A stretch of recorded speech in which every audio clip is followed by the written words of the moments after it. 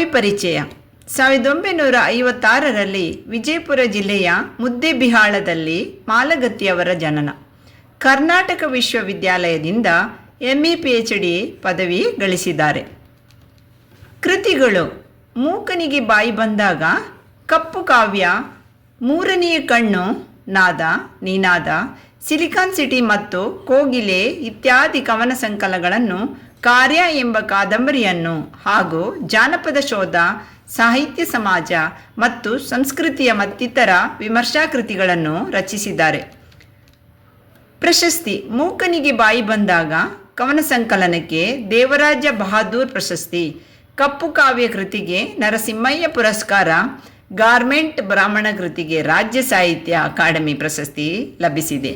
ವಿಶ್ವತೋಮುಖ ಹೂ ಬಲುಬಾರ ಎಂಬ ಕವನ ಸಂಕಲನದಿಂದ ಮರಳಿ ಮನೆಗೆ ಪದ್ಯವನ್ನು ಆರಿಸಲಾಗಿದೆ. ಪದ್ಯದ ಆಶಯ ಭಾವ: ಬುದ್ಧನು ಸತ್ಯ, ಶಾಂತಿ, ಕರುಣೆಯ ಬೆಳಕು. ಅಜ್ಞಾನದ ಕತ್ತಲನ್ನು ಹೋಗಲಾಡಿಸಲು ಬುದ್ಧನ ಬೆಳಕು ನಮಗೆ ಅಗತ್ಯ. ನಾವೆಲ್ಲರೂ ಲಿಂಗಭೇದ ಮಾಡದೆ, ಮೇಲು ಕೀಳು ಭಾವನೆಯನ್ನು ತೊರೆದು, ಜಾತಿ ಭೇದ ಮಾಡದೆ ಪ್ರತಿಯೊಬ್ಬರೂ ಸಮಾನತೆಯಿಂದ ಬಾಳಿ ಬದುಕಬೇಕು. ಇದಕ್ಕೆ ಬುದ್ಧನ ಉಪದೇಶ ಅಗತ್ಯ. ಆದ್ದರಿಂದ ನಮಗೆ ಉಪದೇಶ ನೀಡಲು ಬುದ್ಧ ಮರಳಿ ನಮ್ಮೆಲ್ಲರ ಮನೆಗೆ ಬರಬೇಕು ಎಂಬುದು ಕವಿಯ ಆಶಯವಾಗಿದೆ. ಪದ್ಯದ ಸಾರಾಂಶ: ಸಮಾಜದಲ್ಲಿನ ಶೋಷಿತರ ನೋವು, ಕಷ್ಟಗಳು ದೂರವಾಗಬೇಕಾದರೆ ಸಮಾಜದಲ್ಲಿ ಸಮಾನತೆ ಬೇಕು. ಸಮಾನತೆಯನ್ನು ತರಲು ಬುದ್ಧನ ಅಗತ್ಯವಿದೆ. ಬುದ್ಧನ ಆಗಮನವಾದರೆ ಸಮಾಜದಲ್ಲಿ ಪರಿವರ್ತನೆ ಸಾಧ್ಯ ಎಂಬುದು ಕವಿಯ ಅಭಿಪ್ರಾಯ.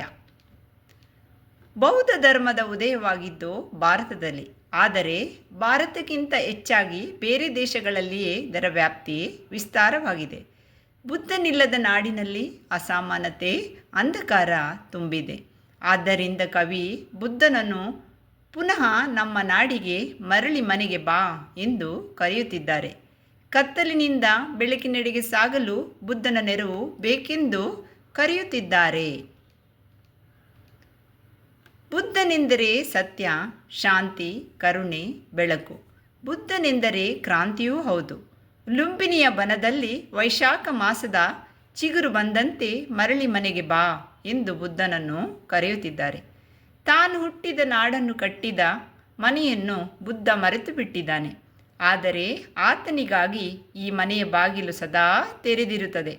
ಪಂಚಶೀಲದ ಮಾರ್ಗವನ್ನು ನಾವು ಅನುಸರಿಸುವಂತೆ ಮಾಡಲು ರಥಾರೂಢನಾಗಿ ದೀಕ್ಷಾ ಭೂಮಿಗೆ ಆಗಮಿಸು ಎಂದು ಬುದ್ಧನಲ್ಲಿ ಆಹ್ವಾನಿಸುತ್ತಿದ್ದಾರೆ. ನಮ್ಮೆಲ್ಲರ ತಂದೆ, ತಾಯಿ, ಬಂಧು ಬಳಗ ಎಲ್ಲವೂ ಬುದ್ಧ.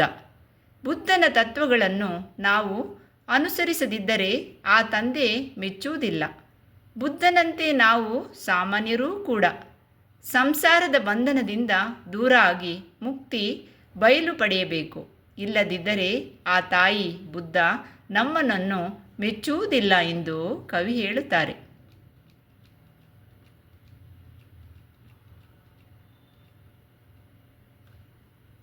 ಬಹುಜನರ ಹಿತಾಯ, ಬಹುಜನರ ಸುಖಾಯ ಎಂಬುದು ನಮ್ಮುಸಿರಾಗಬೇಕು, ನಮ್ಮ ನೀತಿಯಾಗಬೇಕು.